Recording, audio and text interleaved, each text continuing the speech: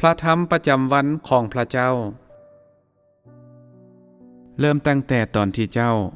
ห้องให้เข้ามาสู่โลกนี้เจ้าก็เริ่มต้นปฏิบัติหน้าที่ของเจ้าย้อนแผนการของพระเจ้าและย้อนการกำหนดไว้ล่วงหน้าของพระองค์เจ้าปฏิบัติบทบาทของเจ้าและเริ่มต้นการเดินทางในชีวิตของเจ้าเบื้องหลังของเจ้าจะเป็นแนวใดก็ตามและการเดินทางข้างหน้าของเจ้าจะเป็นแนวใดก็ตาม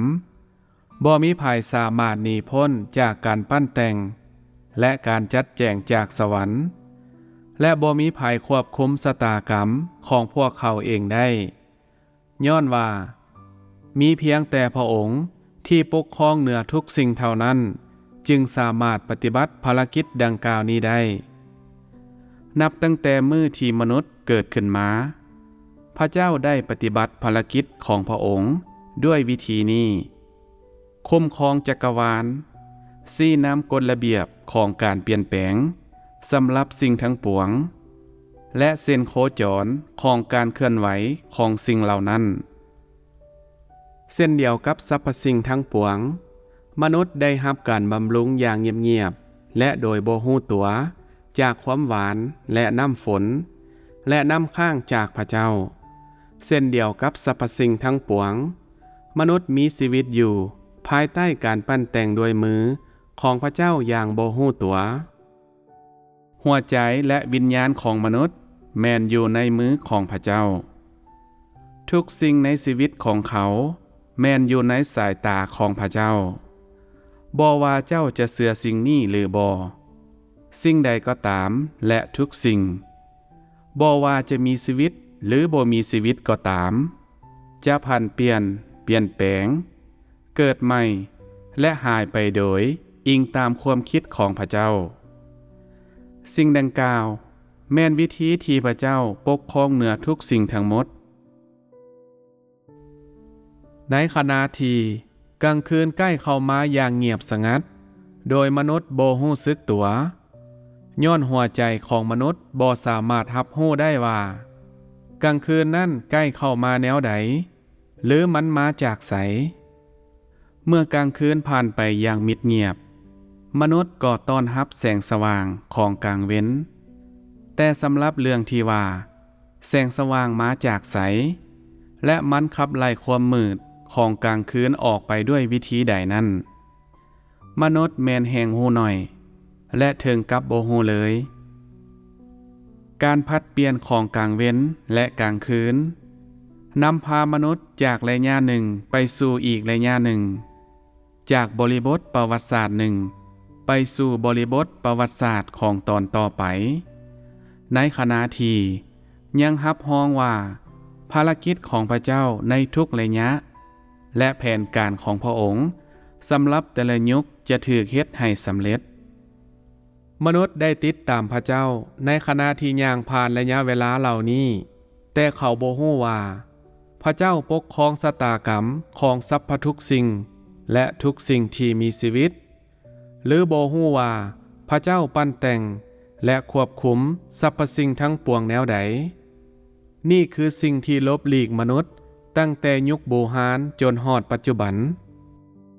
สำหรับเหตุผลนั้นมันบ่แม่นเป็นย้อนว่า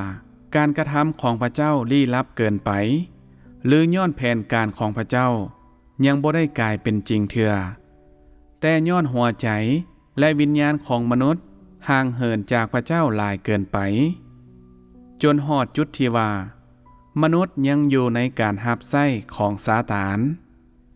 ถึงแม้นว่าเขากำลังติดตามพระเจ้าและยังบ่ฮู้ตัวเลย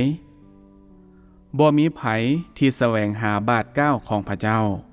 และการปรากฏตัวของพระองค์อย่างห้าวหันและบ่มีไผเต็มใจดำรงอยู่ภายใต้การดูแลและการรักษาของพระเจ้ากงกันข้ามพวกเขาปรารถนาที่จะเพิ่งพาการกัดเซาะของซาตานซึ่งเป็นสิ่งที่ชั่วร้ายเพื่อปรับให้เข้ากับโลกหน่วยนี้และกฎระเบียบแห่งการมีชีวิตอยู่ที่มนุษยศาสตร์ที่ชั่วร้ายปฏิบัติตามในเวลานี้ หัวใจและวิญญาณของมนุษย์ได้กลายมาเป็นบรรณาการให้กับซาตานและกลายเป็นอาหารของซาตานยิ่งไปกว่านั้นหัวใจและวิญญาณของมนุษย์ได้กลายเป็นบ่อนที่ซาตานสามารถอาศัยอยู่และเป็นสนามลิ่นที่เหมาะสมของมันด้วยเหตุนี้มนุษย์จึงสูญเสียความเข้าใจในหลักการของการเป็นมนุษย์ของเขาและคุณค่าและความหมายของการมีชีวิตอยู่ของมนุษย์อย่างบ่ฮู้ตัวกฎบัญญัติของพระเจ้าและพันธสัญญาระหว่างพระเจ้าและมนุษย์จางหายไปจากหัวใจของมนุษย์เทื่อละหน่อยและเขาก็หยุดที่จะแสวงหาหรือสนใจต่อพระเจ้าเมื่อเวลาผ่านไปมนุษย์บ่เข้าใจอีกต่อไปว่าเป็นหยังพระเจ้าจึงสร้างเขาหรือเขาบ่เข้าใจพระธรรมที่มาจากปากของพระเจ้าและทุกสิ่งที่มาจากพระเจ้าแล้วมนุษย์ก็เริ่มต่อต้านกฎเกณฑ์และบทบัญญัติของพระเจ้าและหัวใจและวิญญาณของเขาก็ตายไปพระเจ้าสูญเสียมนุษย์ที่พระองค์สร้างดังเดิมและมนุษย์ก็สูญเสียหากเหง้าที่เขามีในเบื้องต้นนี่คือความโศกเศร้าของมนุษย์ชาตินี้ในความเป็นจริงแล้วนับตั้งแต่การเริ่มต้นทำอิฐจนถึงปัจจุบันพระเจ้าได้จัดแสดงโศกนาฏกรรมให้กับมนุษย์ศาสตร์